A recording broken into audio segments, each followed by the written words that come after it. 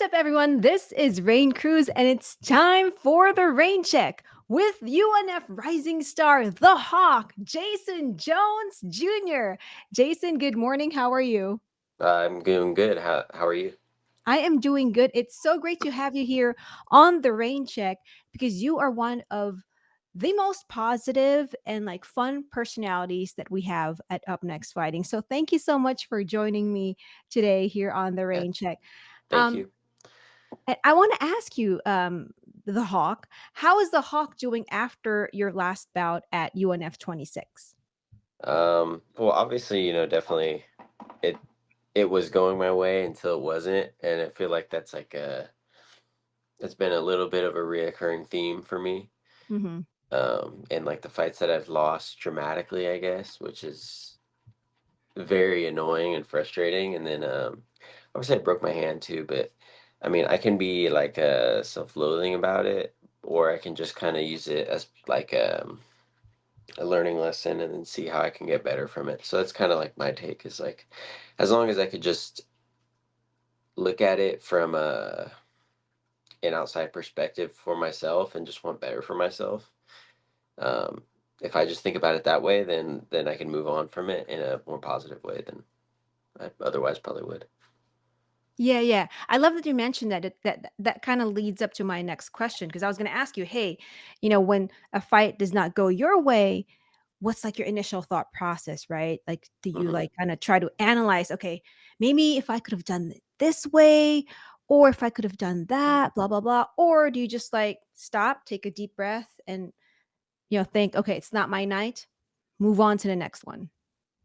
Yeah, it sucks because it's like after like I got back and I was like, oh my God, like I got too excited, I guess, and too aggressive, and that kind of led to my downfall of me like just kind of going for that kill when I could have just like been a little more patient, and then I feel like I would have like easily won the fight if I just would have relaxed a little bit more instead of trying to rush it. So from there, it was just like, all right, like it is what it is. It happened. So once it happens, you can't undo it. So let's just move on. That's pretty much how I thought about it. Yeah, yeah. Now, there's something about UNF 26 that, for me, it's one of the memorable things, I guess, for me as an announcer. I saw you with your hairstyle at UNF 26. You shave like the middle of your head. So you have like a hair on each side, but like you got your bald kind of like in the middle. So what's the story behind that unique hairstyle on fight night? Well, it's like my last fight when I fought in March. I had like I shaved the top of my head and then like back to where it almost looked like I was balding, and then I had like a skullet. So in that one, when that fight went viral, that was a lot of people were talking about my hair. So for this one, I was like, well, I'm the Hawk. I don't want a regular mohawk because I already did that. So I was like, a reverse mohawk would be cool. So I was just kind of looking up crazy like haircuts, and then I looked up reverse mohawk where they shave it down the middle, and then I just wanted to keep it to where it connected in the back, and I felt like that would make it look like extra crazy cool, I guess. And it was a lot of mixed reactions, but I thought it was sick. I liked it. I It liked was a it little too. too crazy to have in public, but for the fight, I liked it. No, no. I think, it's kind of one of those, it makes you like memorable, right? Because people see you, Yeah, especially if it's someone who went to that event for the first time ever, saw you for the first time, right?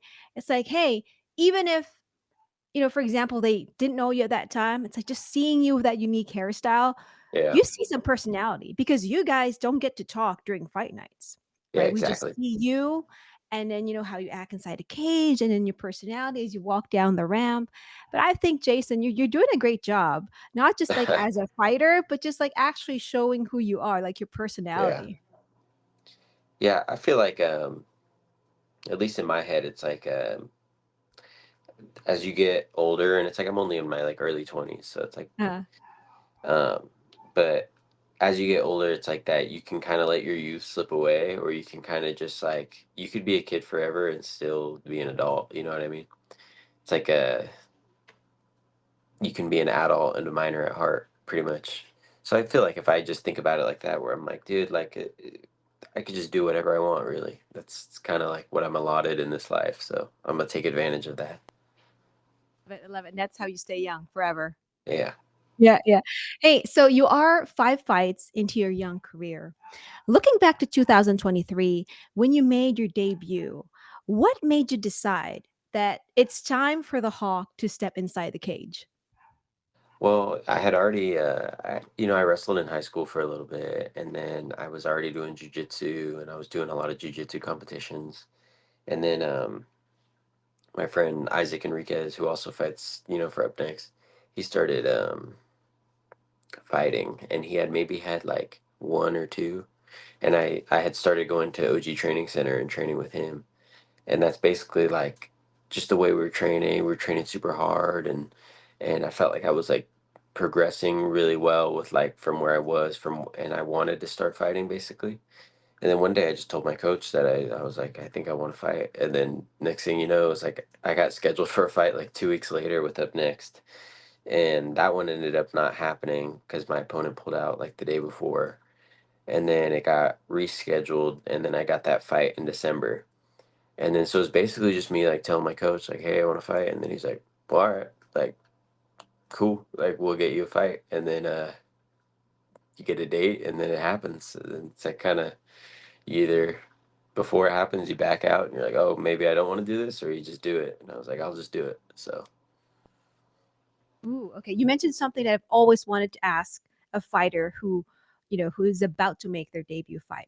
So you said that you're about to make your debut and then your opponent pulled out, right? yeah. So for someone like you, like looking back, going back to that time when you're about to make your debut, like that moment we're in, okay, you're supposed to fight, you're supposed to make your debut, and then your opponent pulls out. Does that kind of make you question, okay, is this a sign for me to not do it? Or is it kind Yeah. of like, you know what? You know what? Now I'm more fired up. Give me the next guy. I'm so ready to make my debut. I was just upset because I had to cut weight. So I was like, already had cut like maybe 8 pounds or whatever out of the 10 or 11 I had to do. So it was like, because it was literally the day before we weighed in. So I'm like sitting there and I'm like hungry. And then my coach called me and I was like, dude, I was annoyed because like when I sign up for something, obviously I'm putting a lot of time into it. So I want to do it. It wasn't really, I didn't see it as a sign like, oh, maybe I shouldn't. It's a little bit of a relief because you're like, oh, that stress just kind of goes away. 'Cause it's very stressful to fight, you know. But no, it was I was just more annoyed than anything. I think like I was like, dude, why? And then when you got to your actual debut, you're like, okay, finally, this is my Yeah, moment. yeah. And then it's like you get to that moment where you're walking into the cage and you're like, oh, like this is something different than I've ever experienced. Like it's like a dream. Ah, wow. So when you made that first like walk down the ramp into the cage, what was going on through your mind? Probably a lot of delusion, I think. Like, I was like, I had this idea that I had to be like really angry, so that way I could like, cause like maybe I've been in a couple like fights at school growing up or whatever, but it's not the same as getting in the cage with somebody who trained to fight and in front of over 1,000 people, you know. So I'm just like walking down and I'm just like, oh my gosh, like I need to get angry so that way I don't think that I'm scared or whatever I was thinking. And then you get in there and they lock the door and you're just like, and then they throw that first punch at you and you're like, oh my gosh, like this is just I don't even know what to think. Like there's no other feeling like that, I guess. Like it's so like abstract, you know, like there's nothing that compares to that feeling besides maybe like a super high adrenaline moment or something, you know. Bet, especially if that's like your debut fight, right? Um, Yeah. For me, Jason, I was very lucky to announce your knockout victory at UNF 23. Take me back to that moment when you won by knockout at 27 seconds, by the way, Uh, 27 seconds of the very first round. What went through your mind when the referee stopped the fight and you realized, oh my God, I won by knockout? Well, I just remember like he came out and he leg kicked me and it was hard. And I was like, ooh, I was like, this is gonna be a hard fight. And then like from what I had like seen and what I was anticipating for him. Like he was like from what I saw in his fight before, he threw a lot of feints where he dip, dip, dip. And I was like, I feel like if I time a one like a 1-2, like I can maybe catch him and then just like hurt him. But then I hit him and then I looked down and he was on the ground and he was like out, and then the referee jumped in, and then I just looked around and I was like, "Oh my gosh." I was like, "I don't even know what just happened." Like it was kind of just autopilot, I guess. But I just remember like hitting him and not feeling like I hit anything and just being like, "Uh-oh." And then looking down and being like, "Whoa, like I did it." And then it's just like that. I don't know, it's surreal really. Yeah, yeah. Well, tell me, Jason, how many times did you watch that fight? I mean, probably like thousands, I guess. And then also like there's so many like the that did a lot for me, I guess, like stock wise, especially because like the fight before that was like I had a close fight. That was like a good entertaining fight with Diego Sanchez. But it's like unless there's like some crazy like finishing moment, like that's what's gonna like boost you, I guess. So it's like as soon as Jeremy posted that reel, it was like instantly like I got a lot of notoriety and notice and stuff. Especially because I feel like it really was like a spectacular knockout. And it wasn't like I knocked out some guy that sucked. Sevak is he's really talented. So like you could see that when we're across from each other like that. I just caught him. So but yeah, it was definitely surreal, and it's still surreal, I guess, like months later. I mean, I am guilty, because I've watched that fight over and over again, right? And it Yeah. actually helps that it's only 27 seconds, right? Because it's so Yeah. easy to just Yeah. like, oh, okay. Oh, that happened. Wait, let me see that again. Oh, yep, that's how he did it. So, and Yeah. all of us were happy for you, Jason, by the way, when you Yeah, won I by know. knockout that night. Aside from your future as a fighter, as a rising star in the MMA scene, you also have a future in reporting. You did the UNF 25 recap and interviewed a bunch of fighters, crew, and even Papa Hawk, Jason Jones Sr. Uh, Yeah. how did you like that experience? And when can we see you do another Up Next Fighting recap? Yeah, I don't know, because I might be out for a little bit with my hand, and then like I kind of want to like um I don't know, like I'm thinking to talk to my coaches about like kind of plans as far as like getting back on track and maybe doing some like other stuff like competitively that's not exactly like a full-on MMA fight for a while, like however long, like 8 or 9 months.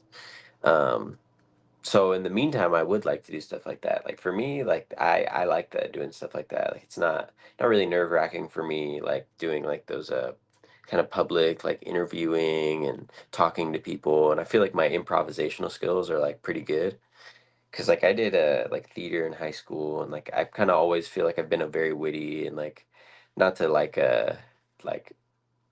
hype myself up, but I feel like I know I'm funny a little bit, like not in like a bragging way, but in like a I just kind of, if everybody laughs at things I say, then maybe I'm funny. But yeah, no, I like doing stuff like that, and I feel like it can like help show my personality instead of just seeing like a guy. If you just see me with a crazy haircut walk into the cage, like the only thing else I can demonstrate is my fight style. So there's really just that. So if I could show like another side, it's like Conor McGregor. Like most people didn't know much about his fighting, but they all loved like how he talked. And obviously, I don't want to be like Conor McGregor, but like as far as like how crazy he talked, but I'd like to be like somebody who's like, oh, that guy's hilarious. Like I want to watch his fight. Yeah, and that's how you like promote your brand, right? Yeah, exactly.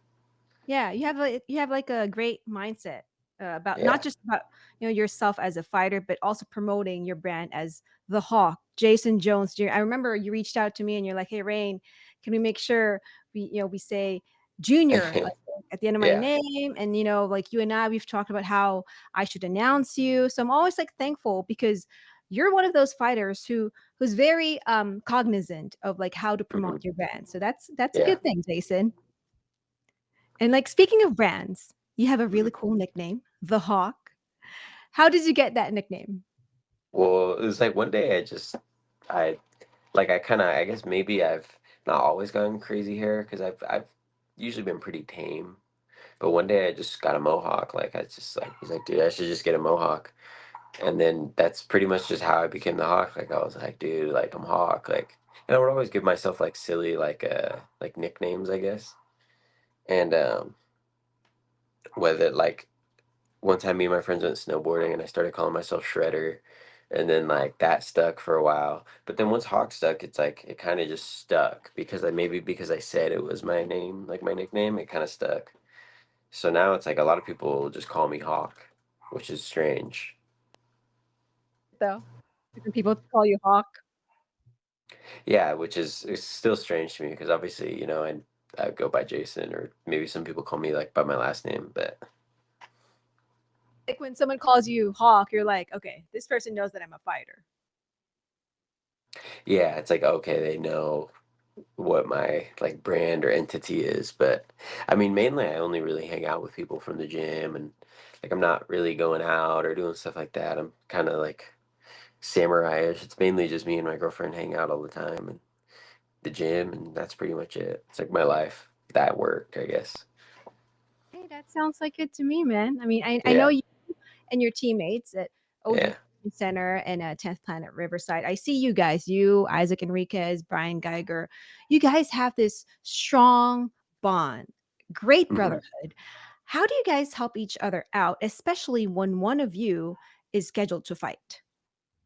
Well, it's like one thing that I was like thinking about the other day, like when you do like jujitsu or something, and you're training at a jujitsu gym and you're training to do competitions, it's kind of like for yourself. But when you have a fight, like it's everyone is putting their time into you. So like the biggest thing I think at like our gym is like we are real with each other and we're honest with each other. So if we see something during practice, like we're gonna say something to each other, you know. So it's like that's what has helped us like all I think progress as fighters is that we're just like honest with each other. So it's like me and Brian were getting ready for our fights and it was like let's say like I'm not doing like a takedown right or like my technique is a little off and there's a way to improve it, like Brian's gonna show me and if I see something when we're sparring, like, oh, I was catching you with this, like let's work on that because we don't want those mistakes to happen in the fight, you know? So it's like I think being real with each other and just being like open to being constructive with each other and also just how hard we work. Like our coach Georgie, like he really does put us through the ringer, especially when we're getting ready for fights. Like we're doing like intense conditioning and like that's just so we could be ready because it's like when I was like any fight that I've been in the past like 3 fights, it's like when the fight ends, it's like I don't even feel like I'm tired. Like it's almost like nothing to me, which is makes me very appreciative of how hard we work, you know? So, yeah, I'd say it's just like how hard we work and then just like our ability to be honest with each other and just, like blood, sweat, and tears, I guess, is the common trope. I love it. So, speaking of like advice from your teammates, what's the best and worst advice, I guess, that you've received? I guess like Uh, worst would be like, okay, really? Like that's how I'm doing it? I don't know. I'd say best advice is like I'd say like the best thing, I don't know. Because we do a lot of like reactionary like drills and like live drills. I'd say the best advice I've ever gotten is just like train with intent. That's like the most simple but best advice is like everything should be intentional and with the idea of this is how it's going to happen in the fight, I guess. And then I don't know, worst advice. I don't know. I'd say the worst advice usually comes from like people that I don't know that want to give me advice. Because especially after you lose a fight, you get a lot of unsolicited advice, and it's always stuff that you're like that, like people just tell you crazy stuff. Whether they tell you to do something that isn't even legal to do in MMA, or who knows. But I can't even really think of the worst advice because usually if I get advice I don't like, I'm just like, well, I'm not gonna think about that. I'm just gonna throw that out of my mind. And so yeah, I don't know. Worst advice. As far as like some just negative energy, and then you're like, you know what? Yeah, It's kind of negative, so don't probably worry about something it. negative Yeah. disguised as like trying to help. I guess. Yeah. Yeah, yeah, yeah. I get what you're saying. Yeah, yeah. So for you, for any athlete actually, getting sponsorships is very important. We've talked about your brand, the Hawk, how you're working on your brand, Mhm. and you're very great at it. Jason, we're manifesting stuff here on the Rain Check. And for you, which brand should call the hawk right now and partner with you for a sponsorship? It's funny because it's like obviously I was calling for my Hennessy sponsorship for like a couple of my fights, and I think that would be like an awesome sponsorship. But I really don't drink alcohol that much.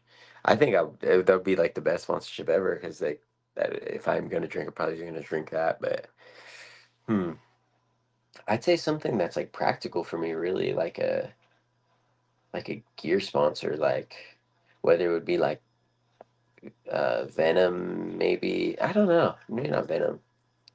Maybe like a Fairtex sponsorship or like a Clito Reyes sponsorship.